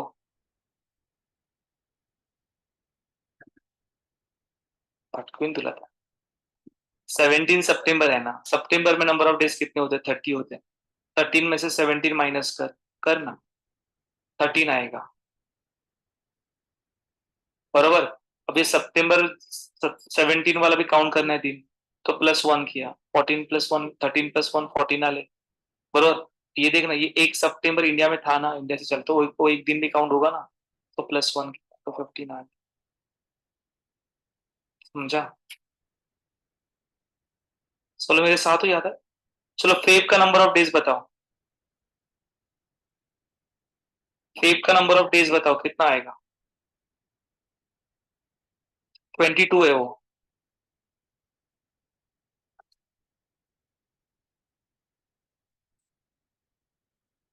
24 है। 9 आएगा ना यहाँ पे, 9 आएगा। कैसे 9 आएगा बेटा? तो ऑब्वियसली ये फेब 2024 है, और 24 इज ए लीप ईयर, बराबर ना? तो लीप ईयर है, तो यहाँ पे 29 डेज है, तो 29 डेज में से 22 माइनस किया, तो 22, 29 माइनस 22 आ गया 7। तो 22 वाला डेज भी काउंट करना है, तो ये आ गया 8, और ये एक फेब का एक, तो आ गया 9, बराबर। मार्च का नंबर ऑफ डेज कितना? 31। चलो काउंट करो, नंबर ऑफ डेज बताओ।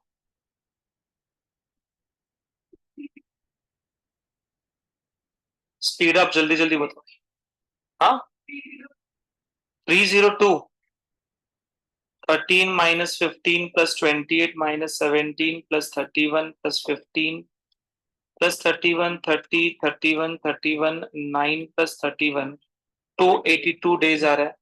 कैलकुलेटर होके भी गलत हो रहा है, मतलब क्या था, इट इज 282 डेज। अभी मुझे बताओ which is more than 1 into 2 days। तो ये कौन बना बेटा, और ये कौन बना। अभी एक बार रेसिडेंट बन गया, अभी रेसिडेंट बनने के बाद आपको क्या चेक करना है, वो ऑर्डिनरी है या नॉन ऑर्डिनरी है। तो आपको क्या देखना पड़ेगा, सेक्शन 6 सब सेक्शन 6 देखना पड़ेगा।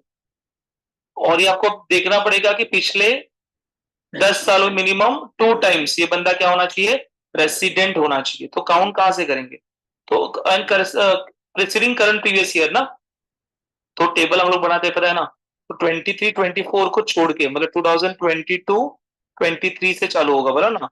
तो ये होगा 21 20 19 18 17 16 15 1 2 3 4 5 6 7 8 9 and 10 20 19 18 17 16 15 14 13, yes, it is 22 21 20 19 18 17 16 15 and 14। आवाज रोको, यहाँ पे देखो ये बिजनेस के लिए पहली बार 1 जुलाई 2021 को बाहर गया था, 1 जुलाई 2021। तो 1 जुलाई 2021 is which financial year, the financial year is 21-22, is 21-22 बराबर। 1 जुलाई 2021 वापस से कभी आया बेटा, तो 1 मार्च 2023, तो 1 मार्च 2023 भी यही फाइनेंशियल ईयर में आ रहा है। यानी ये ऊपर 23 बोल रहे हैं ना वो लोग, मतलब ऊपर आएगा।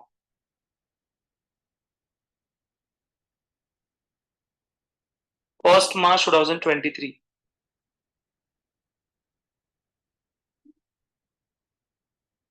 यहाँ देखो ये 1 जुलाई को बाहर जा रहा है बेटा, इसका मतलब अप्रैल मई जून जुलाई 4 महीने वो इंडिया में था। अप्रैल के 30 दिन, मई के 31, जून के 30 और जुलाई का 1 दिन। तो 30 प्लस 31 प्लस 30 प्लस 1, तो ये आ गया 92 डेज। उसके बाद देखो बीच में पूरे साल ये नहीं था बेटा, डायरेक्टली आया कभी, मार्च में आ गया। तो अप्रैल से लेके मार्च तक को इंडिया में नहीं था, डायरेक्ट मार्च से ही कैलकुलेशन करता हूँ। मार्च में नंबर ऑफ डेज कितने, 31 है। तो 31 माइनस 1 प्लस 1 ना, तो कितना डेज हो गया, 31। ये क्या किया पता चला मैंने, 31 मार्च का महीना, उसमें से ये 1 मार्च माइनस कर दिया, और ये 1 काउंट कर रहे हैं बिकॉज 1 मार्च काउंट करना है। 1 मार्च को आगे वाला 21 दिन वो इंडिया में था, ये सो नो। देखो ये फर्स्ट टाइम यहाँ पे बाहर गया बेटा इधर, इसका मतलब ये पूरे साल इंडिया यहाँ पे था बेटा, तो ये 365 डेज ही रहेगा। लीप ईयर कौन सा है, 20 है, 16 है, हाँ 20 है, 2016 है बराबर ना। तो ये कितना आएगा बेटा, ये 365 366 365 365 365 366 365 360। चलो मेरे साथ हो। अभी चलो मुझे बताओ इसका रेसिडेंट सब जगह देखना है 10 साल में। ओके, तो मुझे बता 31 डेज है, मतलब ये कौन है बेटा, एनआरआई है। तो मिनिमम रेसिडेंट बनने के लिए कितना दिन चाहिए, 182 डेज। ठीक है, इतना ये भी क्या है बेटा, यहाँ पे कौन है, रेसिडेंट है, क्योंकि मिनिमम 60 ना, and 365 during the 4 previous year. अरे यस और नो, तो ये हो गया रेसिडेंट, ये तो सब जगह रेसिडेंट ही है।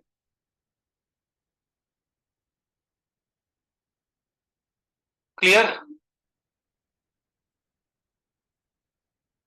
करंट इयर साठी ना ते, तो रेसिडेंट बघण्यासाठी ना।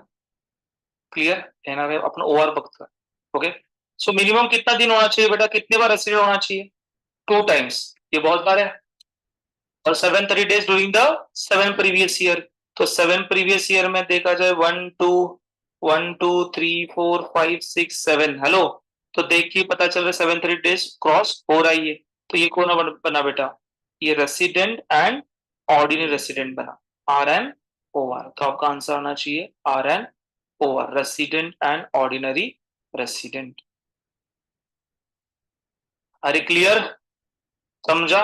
यहाँ पे इनका 282 डेज आया है, हमारा 282 डेज आया है। इन्होंने जो आंसर दिया वो गलत है, बिकॉज फेब्रुवरी का उनका कैलकुलेशन गलत है।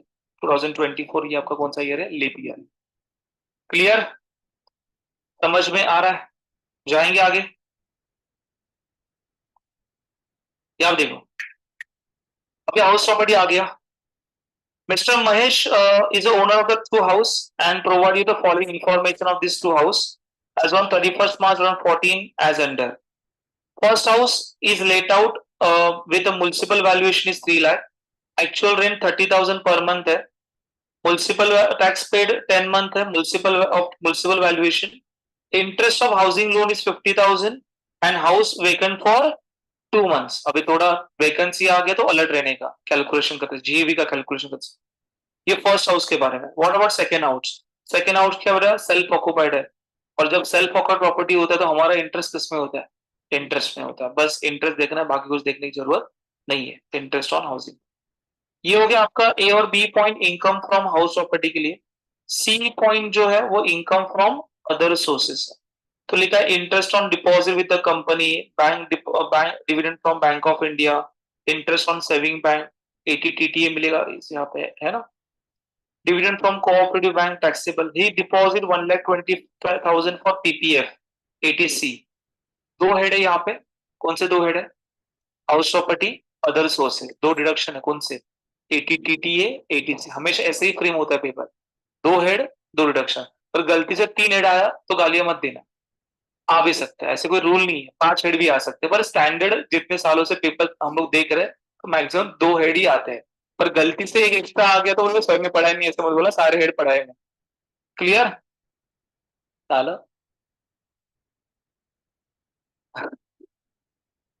कस्टमर आना तेरे साले लाभ दिलों को फेल होते। चलो क्या देखना, मुझे ना आपको जीएवी का कैलकुलेशन बताना है, बाकी तो क्या इजी है। एलओपी का बताओ बेटा, लेट आउट प्रॉपर्टी। अभी लेट आउट प्रॉपर्टी के लिए क्या देखना है? Fair rent, municipal valuation, which ever is. Compare किसके साथ करना है? ये क्या आएगा? लोअर को ही आर एल बी कहते हैं, कभी एमसीक्यू के लिए आ सकता है कि higher rent compare with standard rent is called as, okay, RLV, reasonable letting value. और इसका दूसरा ये फुल फॉर्म भी आ सकता है, RLV stand for reasonable letting value, okay, and GAV stand for gross annual value, okay. कभी कभी ईआर भी कहते हैं, ER stand for expected return, दोनों का मीनिंग सेम है। कंपेयर किसके साथ करना बेटा? Actual rent. तो आपको क्या मिलेगा? जीएवी मिलेगा, जो हायर अमाउंट रहेगा। चलो डेटा आप मुझे बताओगे। फर्स्ट हाउस लेट आउट है, म्युनिसिपल वैल्यूएशन 3 लाख है, तो मैं यहाँ पे म्युनिसिपल वैल्यूएशन की तो 3 लाख लिख रहा हूँ, ओके। पहले डेटा प्रेजेंट करूंगा फिर आप मुझे बताओगे। एक्चुअल रेंट 30,000 पर मंथ है, तो ये 30,000 पर मंथ है। उसमें से हमारी जो प्रॉपर्टी है वो 2 महीना वेकेंट है बेटा, मतलब कितने महीने का भाड़ा मिला हम लोग को? 10 month. So can I right here 3 lakhs, okay. उसके बाद और क्या डेटा दिया देखो, बस इतना ही डेटा है। म्युनिसिपल वैल्यूएशन का डेटा, एक्चुअल रेंट का डेटा, म्युनिसिपल टैक्स पे 10% लिखा है एंड इंटरेस्ट दिया हुआ है, बाकी कुछ दिया ही नहीं। चलो तो मुझे बताओ, ये एनए लिखेंगे यहाँ पे, इधर भी एनए लिखेंगे। So whichever is higher is 3 lakh, which is lower is 3 lakh, and whichever is higher is 3 lakh. ऐसे करने का नहीं। अभी आपका नसीब अच्छा है इसलिए 3 लाख मैच हो रहा है। अरे क्लियर, ऐसे करने का नहीं बेटा, ओके। जैसे पर डेटा देखा कि प्रॉपर्टी वैकेंट वाला है, ओके, तो आपको कंपैरिजन कैसे करना है? पर मंथ बेसिस का कंपैरिजन करना है, ओके। अभी यहाँ पे देखना, ये 3 लाख डिवाइड बाई ये 12 महीने का बेटा, ये सर नो। तो 3 लाख डिवाइड बाई 12 ये कितना आएगा? 25,000 पर मंथ, है ना? और ये जो डेटा है ना 3 लाख, ये कितने मंथ का बेटा? 10 मंथ्स का है। ये 30,000 पर मंथ। अरे क्लियर? अभी देखो पर मंथ का कम 25 एंड 30, इसमें से हायर कौन सा है? 30,000, ओके। और जीएबी फिर ऐसे में बोला ये 30 तो 30 नहीं। अब वो कैसे करना है? तो ये हायर जो अमाउंट आ गया ना, हायर पर मंथ जो अमाउंट आ गया उसको क्या करना है? Multiply by let out period, multiply by let out period. अभी 30,000 multiply by let out period हमारा कितना बेटा? 10, तो ये 3 लाख। वो दिखने के लिए सेम लगता है, बच्चों को लगता है कि वही आपको लेना डायरेक्ट, वैसे मत लेना। कभी ट्रैप में फंस गए, मतलब समझो यहाँ पे आंसर आपका आ गया 31, समझा? तो 31 and 30 whichever is higher is 31, तो यहाँ पे 31 आएगा, अरे समझा? एंड लेट आउट पीरियड कितना बेटा 10, तो 31 एंड 10 आंसर कितना आएगा 3,10,000, जो इसमें नहीं है। समझ में आ रहा है? हमेशा याद रखना, कभी करने का ही ऐसे वेकेंट है, वेकेंट नहीं रहेगा तो सोल्यूशन वेरी इजी, मतलब फिर विच हायर करो आंसर लिख दो। वेकेंट रहेगा तो अलर्ट रहने का, आरएलबी से जरा दिमाग लगाने का कि रुक जाने का, आरएलबी के पास आके उसका कंपैरिजन पर मंथ के साथ करो एंड देन डिसाइड करो इसमें से हायर। सब लोग मेरे साथ हो? पक्का जाएंगे आगे? ग्रेट। डन। तो यहाँ पे हमारा आंसर आ गया जीएवी का 3 लाख, तो हमारा यहाँ पे 3 लाख रुपीज आंसर आ गया है। क्लियर? तो यहाँ पे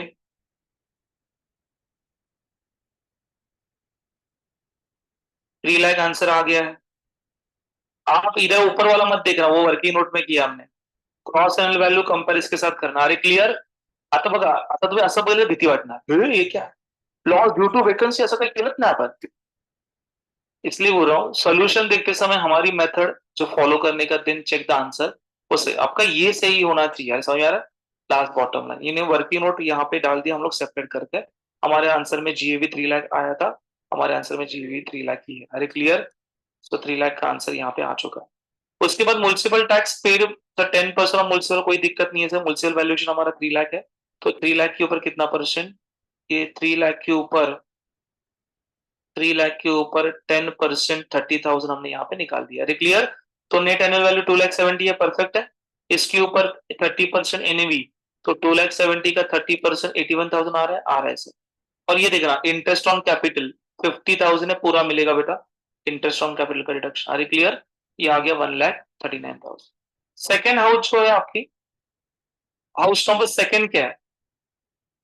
अरे हाउस नंबर सेकेंड क्या आपका एसओपी है ना, उल्टा किया है इन्होंने, यस और नो? ये लेट आउट प्रॉपर्टी आपका HP1 था और एसओपी आपका HP2 था, तो सेकेंड हाउस लिखा है ना, सेकेंड हाउस क्या बेटा एसओपी है। तो सेकेंड हाउस में आपको म्युनिसिपल वैल्यूएशन कुछ देखना नहीं है, उसका जीएवी हमेशा क्या होता है बेटा जीरो होता है। अरे जीएवी जीरो होता है, ओके, डायरेक्ट इंटरेस्ट का रिडक्शन मिलेगा, इंटरेस्ट ऑन लोन कितना है 45, वो रिडक्शन मिल गया, आउटर कॉलम आ गया। ये क्या नेगेटिव है, ये क्या बेटा नेगेटिव है, और ये पॉजिटिव है, तो 1,39,000 माइनस 45,000 आपका इनकम फ्रॉम हाउस प्रॉपर्टी आ गया 94,000। सब मेरे साथ हो यहाँ तक? उसके बाद interest on deposit with the company is 1,20,000, तो we can write here income from ये 1,20,000। तो dividend from Bank of India 40,000, it is 40,000। Interest on saving bank 15,000, interest on saving 15,000 taxable रहेगा, डिडक्शन बाद में देखते हैं। 10,000 डिविडेंड है, तो अदर सोर्स आ गया 1,85,000, ये आ गया जीटीआई।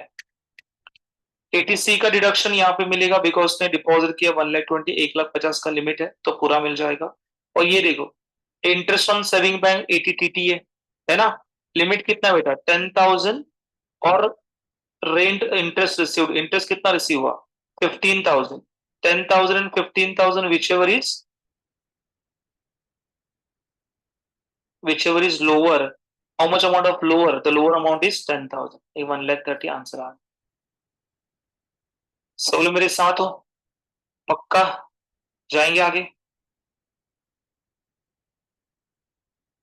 पेपर आपको लिखना है इतना, हाँ, विद ऑप्शन नहीं, विद ऑप्शन सॉल्व करना, ओके, विद ऑप्शन लिखना नहीं। नेक्स्ट है question number 5, it is your capital gain. Capital gain में क्या पढ़ना है हम लोग को? तो कैपिटल गेन में आपको क्या देखना है, सिंपल है, फुल वैल्यू ऑफ कंसिडरेशन है का 9-10 ना है, अच्छा, फुल वैल्यू ऑफ कंसिडरेशन है। प्रॉपर्टी दो टाइप की है, long term and short term.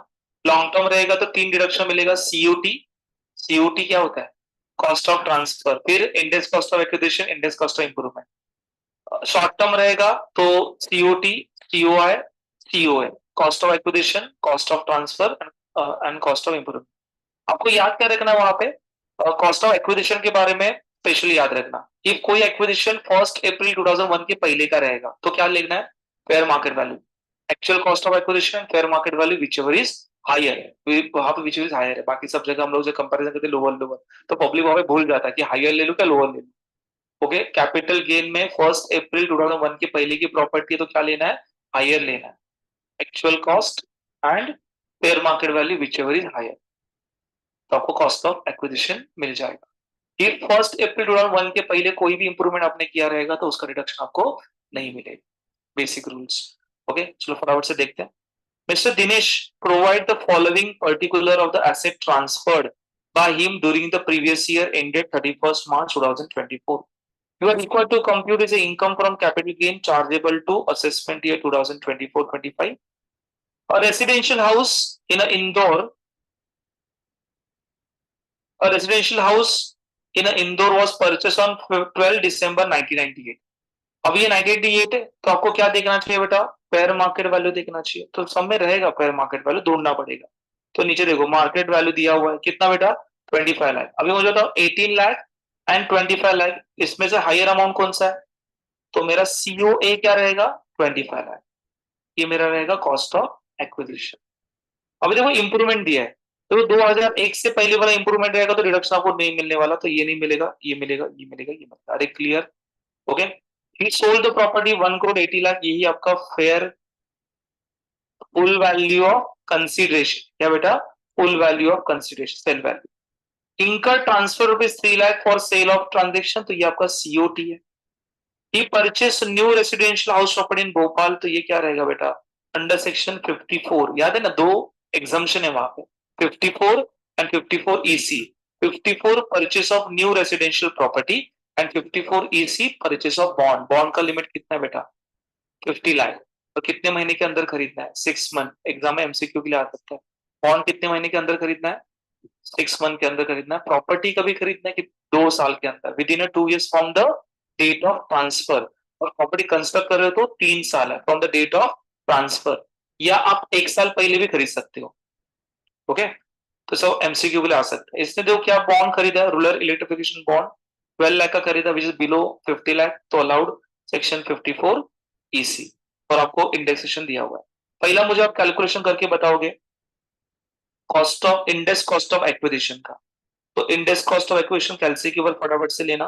तो कॉस्ट ऑफ एक्विजिशन हमारा कितना बेटा, the cost of acquisition 25 lakh से, then CI for the year of transfer कितना है, 348, ये हमेशा 348 ही रहेगा एग्जाम में भी, अरे क्लियर, डिवाइड बाय, अभी देखो आपकी प्रॉपर्टी परचेस अपने 1 अप्रैल 2001 के पहले किया है तो आपको फेयर मार्केट वैल्यू का ही डेट लेना है, कौन सा, 100। चलो करो, कितना आएगा, 87 लाख। ओके, तो आपको इंडेक्स कॉस्ट ऑफ एक्विजिशन मिल गया। इंडेक्स कॉस्ट ऑफ इंप्रूवमेंट देखना, ये 3,72,000 है, multiply by CI for the year of transfer 348 है, डिवाइड बाय टू 34 का सीआई कितना है, 109, कितना अमाउंट आ रहा है,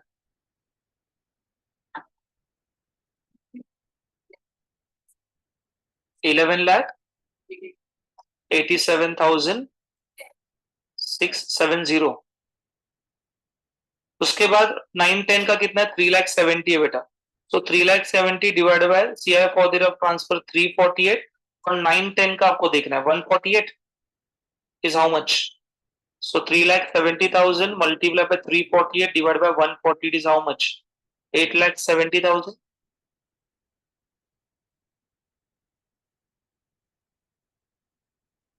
अरे एक्सट्रीमली सर, so 3,27,000। अभी देख कैलकुलेशन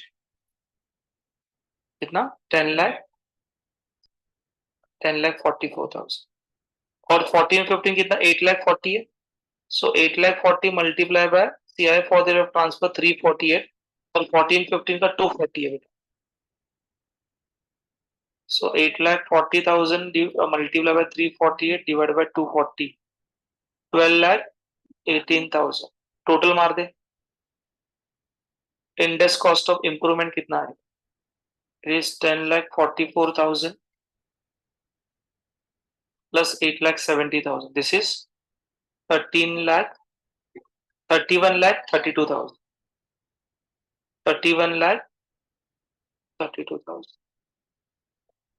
ये समझा। ओके, तो यहाँ पे आंसर चेक करना है मुझे। सेल वैल्यू 1 करोड़ 80 लाख, तो sale value 1 crore 80 lakh, full value of consideration it is 1 crore 80 lakh. Then आपको देखना है cost of transfer, cost of transfer 3 lakh है, तो इसका भी कॉस्ट ऑफ ट्रांसफर जो है ब्रोकरेज उसने जो लिखा है 3 lakh rupees. Index cost of, आवाज नको, इंडेक्स कॉस्ट ऑफ एक्विजिशन हमने निकाला 87 lakh, so index cost of acquisition हमारा 87 लाख। अरे क्लियर। उसके बाद इंप्रूवमेंट हमारे 3 इंप्रूवमेंट है, टोटल 31 लाख क्रेडिट हुआ, उन्होंने ब्रेकअप किया है 10 लाख 44, ये 10 लाख 44, देन 8 लाख 70, 8 लाख 70 और ये 12 लाख 18,000 माइनस कर दिया। उसके बाद नया प्रॉपर्टी खरीदा हमने 40 लाख का, तो ये 40 लाख और ये 12 लाख का क्या बेटा, बॉन्ड्स। समझ में आ रहा है।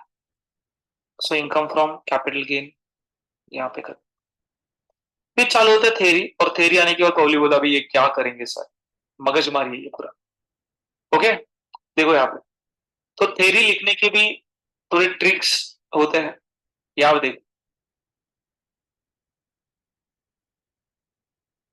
तो हमेशा जो थेरी आपको जो 75 मार्क्स का रहेगा, तो टोटल वेटेज का 15 मार्क्स का 3 शॉर्ट नोट्स आपको लिखना है, 20 मार्क्स रहेगा तो 4 शॉर्ट नोट्स लिखना। ओके, और कुछ कॉलेज में शॉर्ट नोट्स ही नहीं, राइट। तो शॉर्ट नोट्स नहीं है तो कोई टेंशन नहीं है, शॉर्ट नोट्स है तो टेंशन है, वो 3 लिख या 4 लिख, है ना। अभी ना यहाँ पे आंसर कितना लिखना है, कितने पेज का लिखना है, तो आप सही तरीके से लिख रहे हो तो 1 पेज इज सफिशिएंट। ओके, सही तरीके से नहीं लिख रहे हो तो 1.5 पेज इज सफिशिएंट। ओके, पर आप कम से कम 5 to 6 लाइन में लिख रहे हो तो नहीं चलेगा।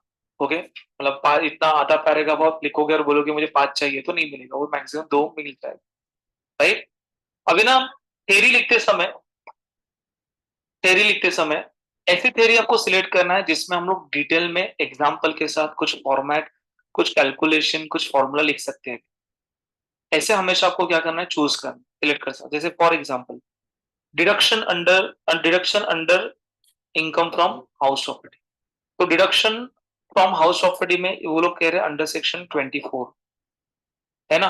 अभी 24 में डिडक्शन है, तो 24 के 2 डिडक्शन है वहां पे। एक कौन सा, स्टैंडर्ड डिडक्शन, कितना लिमिट है 30% ऑफ एनएवी, तो इतना स्टैंडर्ड 30% एनएवी, ऐसे नहीं। आपको क्या करना पड़ेगा, आपको एक्सप्लेनेशन देना पड़ेगा। ओके, एक्चुअली ट्रांजेक्शन क्यों दिया जाता है 30%, तो इनकम टैक्स डिपार्टमेंट बाकी एक्सपेंस को अलाउ नहीं करता। मतलब जो घर की प्रॉपर्टी होती है तो उसका रिपेयर का खर्चा होता है, इंश्योरेंस का खर्चा होता है, मेंटेनेंस का खर्चा होता है, तो ये जो खर्चे होते हैं this expenses is not allowed. इसलिए आपको पता है रिपेयर ग्राउंड रेट हम लोग क्या करते थे, वो दिखते ही नहीं थे।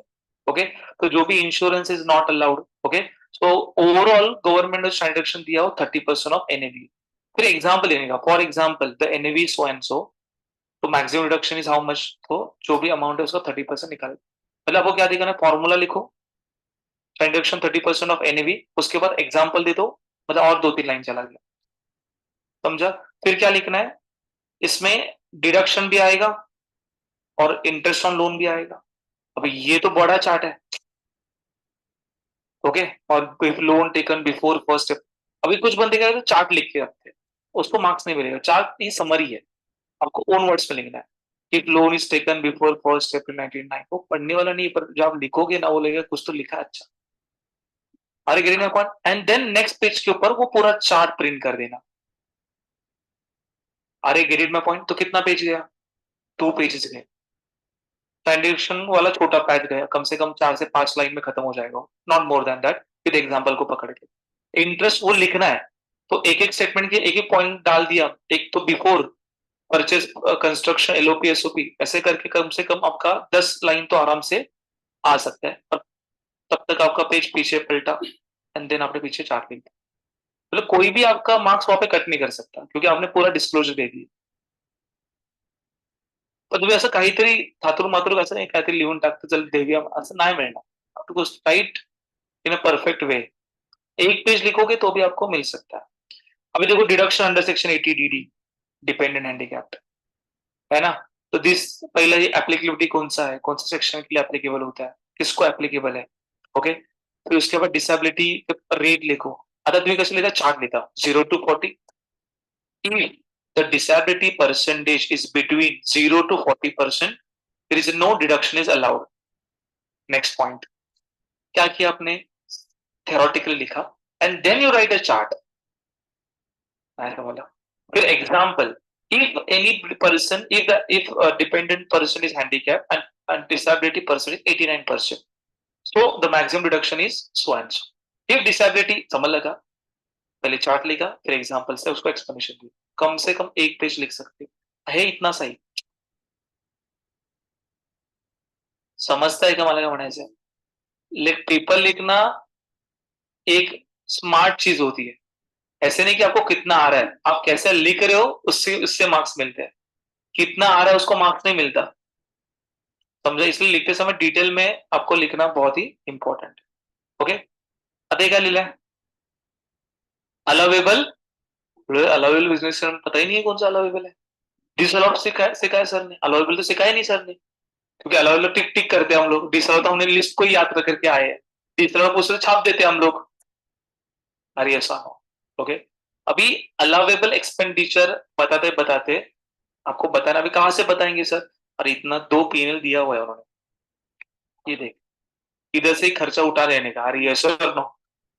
Okay, these are the example of allowable expenditure, but okay, following expenditure is disallowed except, बोलते हैं ना, ये एक्सपेंडिचर को छोड़ के बाकी सारे एक्सपेंडिचर क्या है, अलाउ है, उन्होंने वही पूछा ना, अलाउ है पूछ रहे हैं, तो उन्होंने तो ये छोड़ के बाकी सब, देन राइट द डिसअलाउड की लिस्ट, और मैं अलाउ की भी लिस्ट लिखूंगा और उसके लिखते समय डिसअलाउड की लिस्ट भी लिख दूंगा,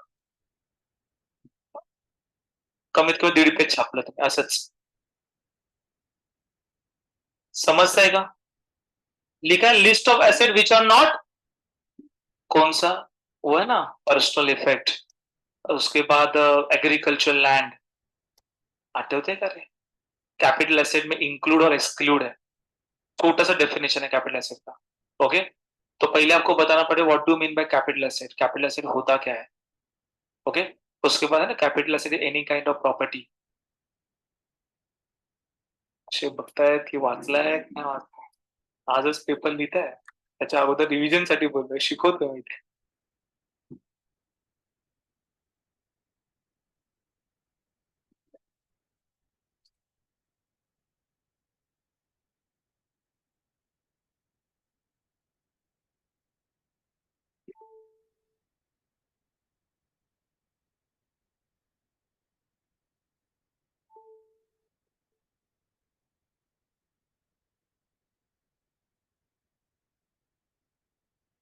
समझ में आ रहा है क्या,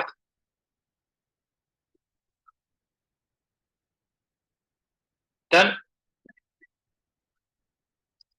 सो is a whole with option, मैंने एक पेपर सॉल्व किया है, पुराना पेपर सॉल्व किया,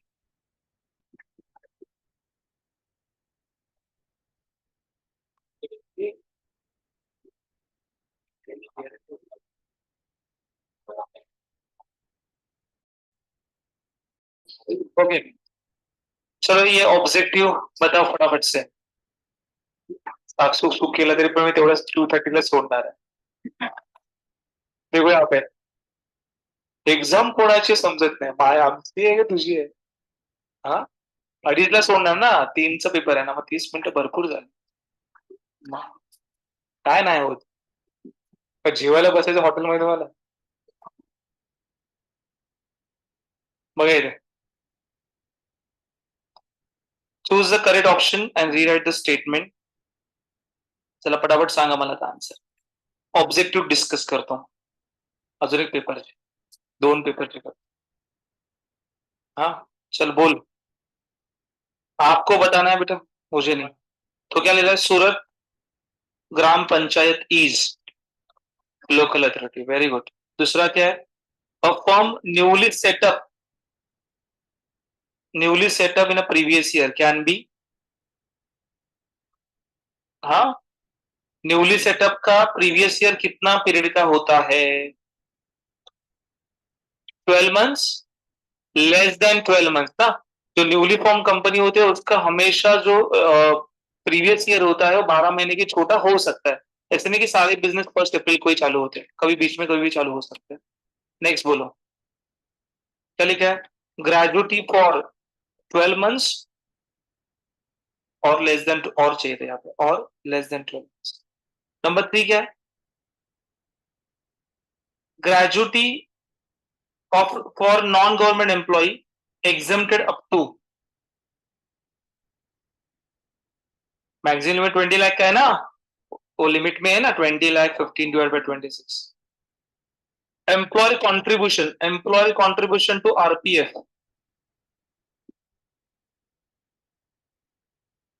और इतना क्या सोच रहे हैं? एम्प्लॉय 12%, इंटरेस्ट 9.5% है। एम्प्लॉयर कॉन्ट्रीब्यूशन ये 12%, इंटरेस्ट ऑन आरपीएफ ये क्या है? 9.5%, ये नहीं आएगा। क्लियर? उसके बाद in case of the income from house property, municipal tax will allowed as a reduction only paid by owner. Next, rent from letting out, अपने रेंट मिल रहा है प्रॉपर्टी लेट आउट करके, ओपन प्लॉट आप let out कर रहे हो, और a marriage is taxable under the head of, okay, tax under the head of income from other sources, okay, क्योंकि ओपन प्लॉट है इसलिए। Depreciation is allowed in case of tangible and intangible asset. Gift received from non-relative of rupees 50,000.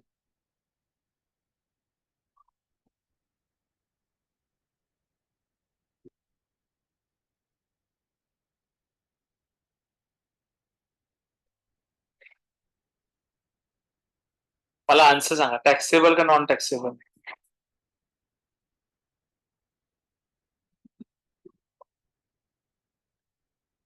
Non taxable. 50,000 शगुन का 1 रुपया बोला था, याद है क्या? 50,000 1 रुपए के ऊपर क्या होगा? टैक्सेबल होगा। 50,000 तक एग्जिम्ट है, ओके। उसके बाद क्या है? Miss Nishi spend 50,000 on medical treatment of dependent brother who is physical handicapped to the extent of 65% and deduction, huh? 75, very good। Salary of the members of parliament is taxable on the rate of other sources, last paper में आया था। bonus to employees taxable in case of receipt, very good। The professor Patak who are employed in AJ College of Commerce received the exam remuneration 5,300 from the previous year, the amount shall be taxed under the head of,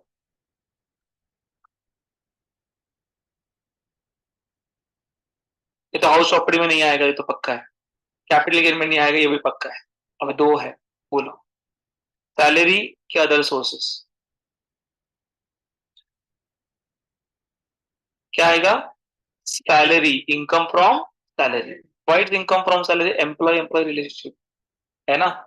उसको ये, हाँ, exam में ऐसे आता कि ये जो remuneration receive हो रहा है वो मुंबई यूनिवर्सिटी रिसीव है, कॉलेज में काम करता है एजे कॉलेज, पर एज अ पेपर सेटर करके मुंबई यूनिवर्सिटी में है, तो उसके उधर से भी उसको फी मिलती है, तो कहाँ पे जाएगा? इनकम फ्रॉम अदर सोर्स, ये कॉलेज से।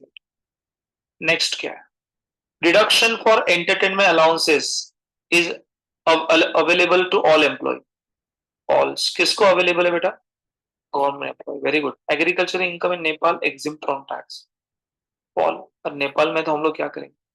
इंडिया का रहता तो एग्जिम्प्ट है। अरे क्लियर? नेक्स्ट बोलो। Deduction it is available for Hindu undivided false, किसको अवेलेबल है? ओनली इंडिविजुअल्स, वो बताया था ना मैंने आपको। उसके बाद uncommuted pension, uncommuted pension periodic pension, right, is received by government employ, अच्छा, after the retirement is fully exempt. Uncommuted pension is taxable whether is government और नॉन गवर्नमेंट, कौन से भी टाइप का एम्प्लॉय हो वो टैक्सेबल हो जाएगा। उसके बाद क्या है? अनलिस्टेड शेयर्स 18 मंथ्स है, तो ये लॉन्ग टर्म कैपिटल एसेट है क्या?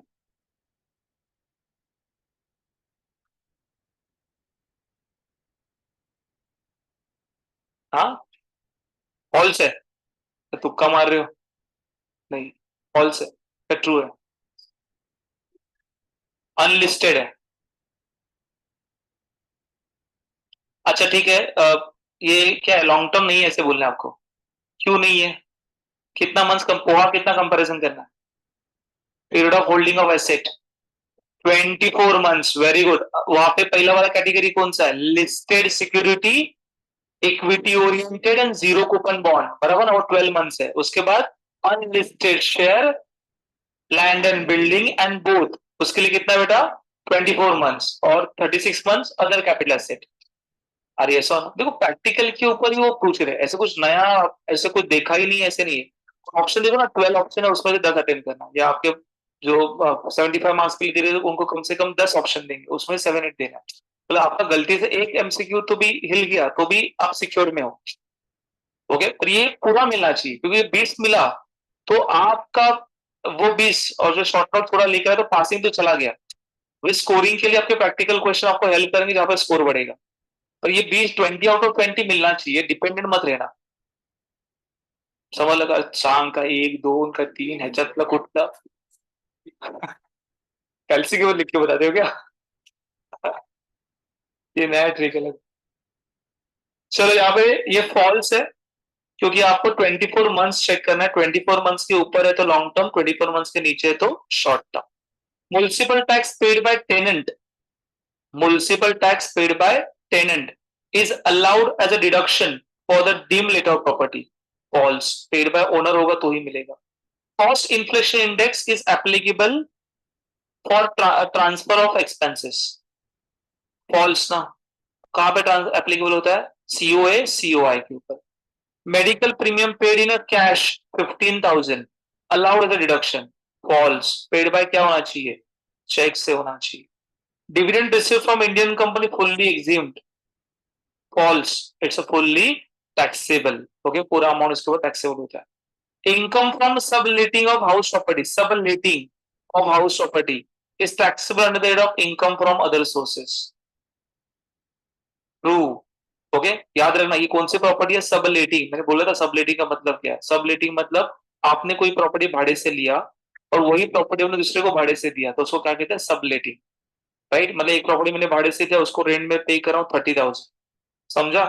और यही जगह मैंने दूसरे को भाड़े से दिया 35,000, 5,000 रुपए में कमा रहा हूँ बीच में। अरे क्लियर? तो ये जो इनकम रहेगा, ये जो 35,000, ये टैक्सेबल हाउस प्रॉपर्टी में नहीं होगा, क्योंकि हाउस प्रॉपर्टी में कोई भी इनकम टैक्सेबल होने के लिए आप ओनर होने चाहिए। सबलेटिंग में आप ओनर नहीं होते, तो इनकम फ्रॉम अदर सोर्स में जाएगा। Then capital gain on transfer of depreciable asset is a short term capital gain. ये नहीं पढ़ा मैंने, नहीं पढ़ाया मैंने। राइट, याद रखना, कोई भी डेप्रिशिएबल एसेट है, डेप्रिशिएबल मतलब ऐसी एसेट जिसके ऊपर हम लोग डेप्रिसिएशन क्लेम करते हैं। ओके, वो एसेट जो हमेशा सेल करते हो तो उसका आपको कोई पोहा चेक ही नहीं करना होता है। राइट, वो 12 मंथ 24 30 कुछ नहीं चेक करना होता है। ओके, हमेशा याद रखना, कोई भी डेप्रिशिएबल एसेट आपने सेल किया, ट्रांसफर किया, वो हमेशा शॉर्ट टर्म कैपिटल गेन ही होता है। क्या होता है बेटा? Short term capital gain. समझ में आ रहा है? आंसर इसका क्या है? ट्रू है। नंबर 11 का आंसर ट्रू है। ओके, उसके बाद क्या है? तिरुपति तिरुमल देवस्थान temple is example of artificial judicial person. True, AGP में काउंट होता है देवस्थान। ऐसा एक एमसीक्यू भी है हमारे इधर, तिरुपति देवस्थान है वहां पे। Is it clear? समझा? ओके, तो फिलहाल हम लोग यहाँ पे स्टॉप कर। चलो।